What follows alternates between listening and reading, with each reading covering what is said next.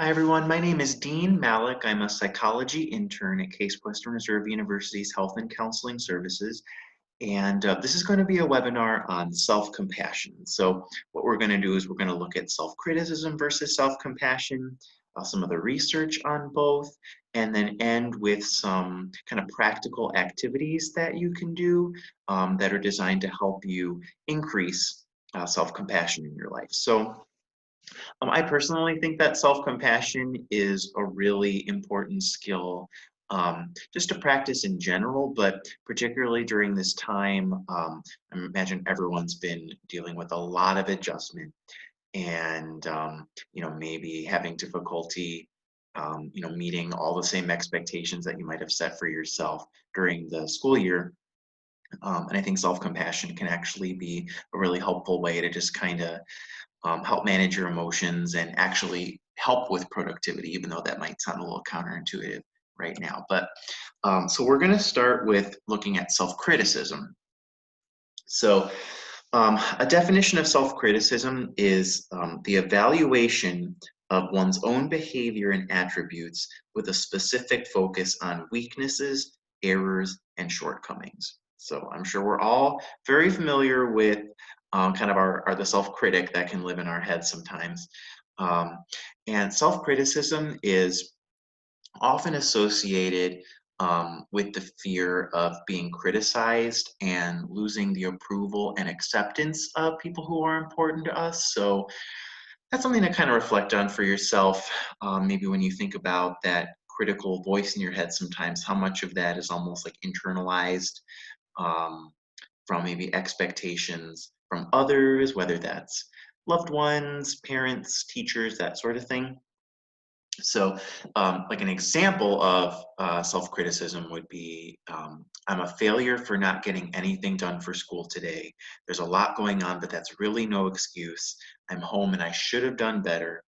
I bet a lot of my classmates are keeping up with their work and I'm falling behind, and my advisor is probably disappointed in me. So you can tell a lot of that is sort of like invalidating any difficulty that you might be having right now, comparing yourself unfavorably to others, and then looking at how you might be letting someone else down. So, like I said, I'm sure a lot of us can really relate to that sort of style of talking to ourselves.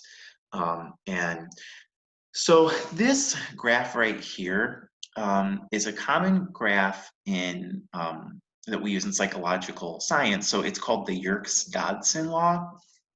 So basically, it looks at the level of arousal that we have and how that relates to how we perform on tasks. So ideally, we want to have like a medium level of stress that helps us perform the best. So if we have too little stress, um, if we have an assignment that has no deadline whatsoever, we might not, do a great job at completing it.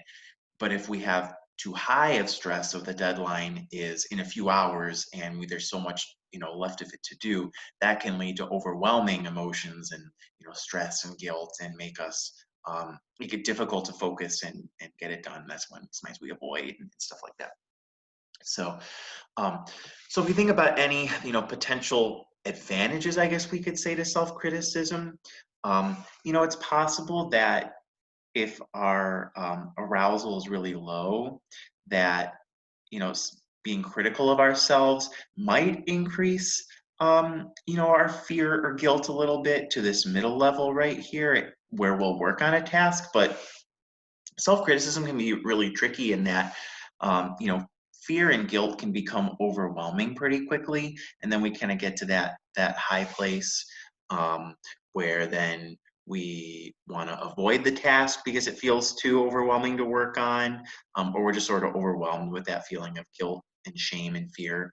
So self-criticism, like it may work sometimes for you, um, but it's hard to kind of keep in check, and a lot of times can lead to kind of being over aroused in terms of emotion, and often leads to being motivated by like external reasons rather than internal reasons.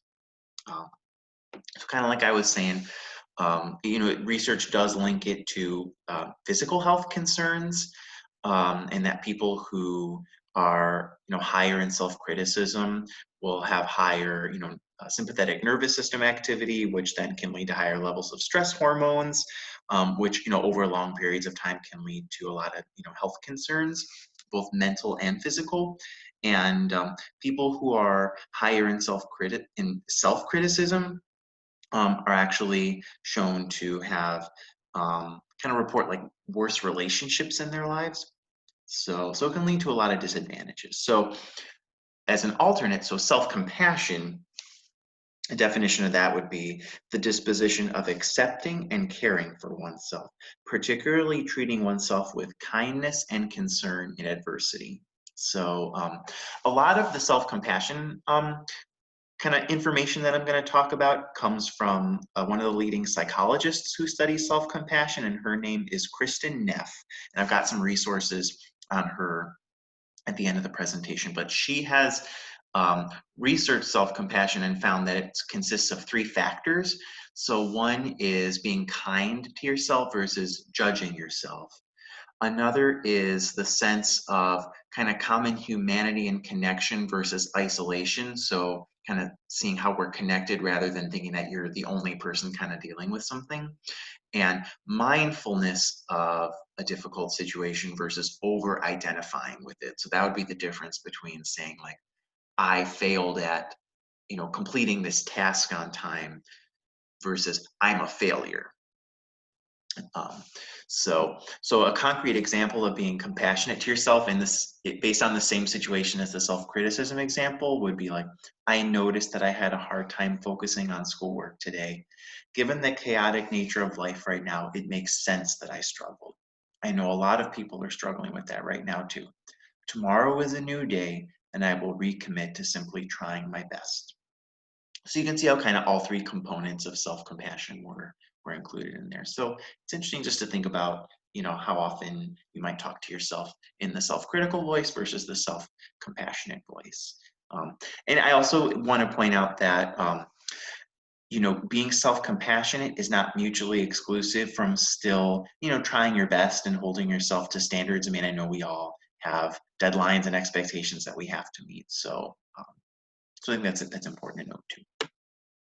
So kind of contrary to self-criticism, self-compassion is related to better physical health outcomes and better mental health outcomes. So there's a lot of common fears though that can come up. And I've heard this, directly from people. If you think about being more self-compassionate, just like, what if you lose motivation, you become kind of quote unquote lazy, or is this a sign of weakness, being self-compassionate rather than strength and kind of, holding yourself to these standards?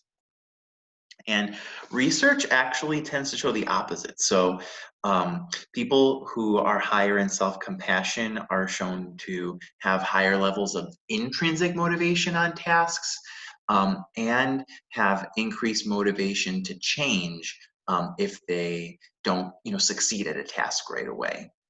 Um, in terms of laziness, self-criticism is actually associated with higher levels of procrastination. And a lot of times that's because, when we have those feelings of like guilt, fear, shame, that makes us want to avoid working on tasks, to avoid feeling those emotions. And so a lot of times actually self-compassion is associated with more like task completion and more resilience to that sort of thing. And in terms of strength, so self-compassion is also that actually also takes a lot of work to develop, and it's just sort of like a different perspective, I guess, on an active way of coping with challenges. So now we're going to do some kind of more concrete exercises that are designed to help increase self-compassion in really practical ways. So I'm going to read these, and I'm just going to pause real briefly between each step, but you feel free to pause this webinar as long as you need to really complete each step. So this one's a writing activity. So, get out a pen and paper, or a Word document, or however you want to write this down. So think about a time when a close friend has felt bad about themselves or been struggling in some way. Write down how you would respond to your friend in this situation. Now think about a time when you felt bad about yourself or were struggling. Write down how you typically respond to yourself in those situations. Did you notice a difference? If so, think about why that might be and write down those thoughts. So the next time you're noticing self-critical thoughts, see if you can practice talking to yourself the way that you speak to your close friend. Okay. The second exercise, this is also a writing activity, and this is writing a compassionate letter to yourself. So for this one, I want you to think about a personal trait that you criticize yourself for having.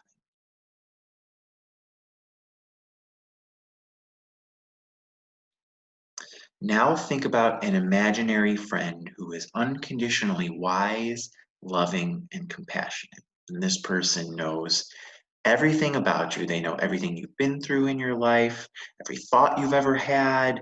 They know you in and out.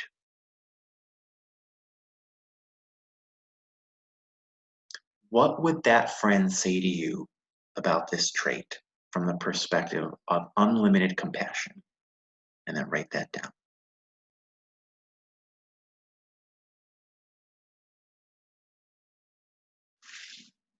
Okay. Now, this last activity is real simple, and it's just about supportive touch. So first, just start by taking a few deep, satisfying breaths.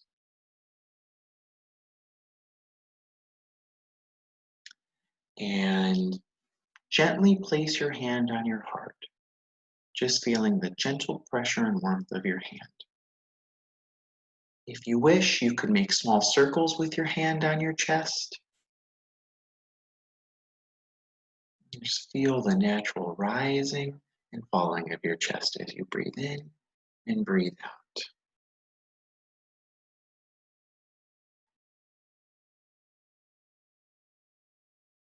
If you'd like, you can think about maybe even saying what you wrote down that a friend might tell you as you're, kind of having your hand on your heart. Might, um, you might be able to hear that better if you're doing this. Um, you can say sort of a simple supportive phrase like, everything's going to be okay. It's okay to feel anxious. It's okay to feel sad. And this kind of activity too actually also can produce oxytocin, which is a hormone that's related to kind of like bonding and warmth and that sort of thing. So these are some additional resources to look at around self-compassion. I know self-compassion, it might run counter to a lot of what, some of you might believe. So I just encourage you to just, think about this stuff. Feel free to explore some of these resources, see how, self-compassion might fit into your value system, and just to consider incorporating it in any way that feels right to you.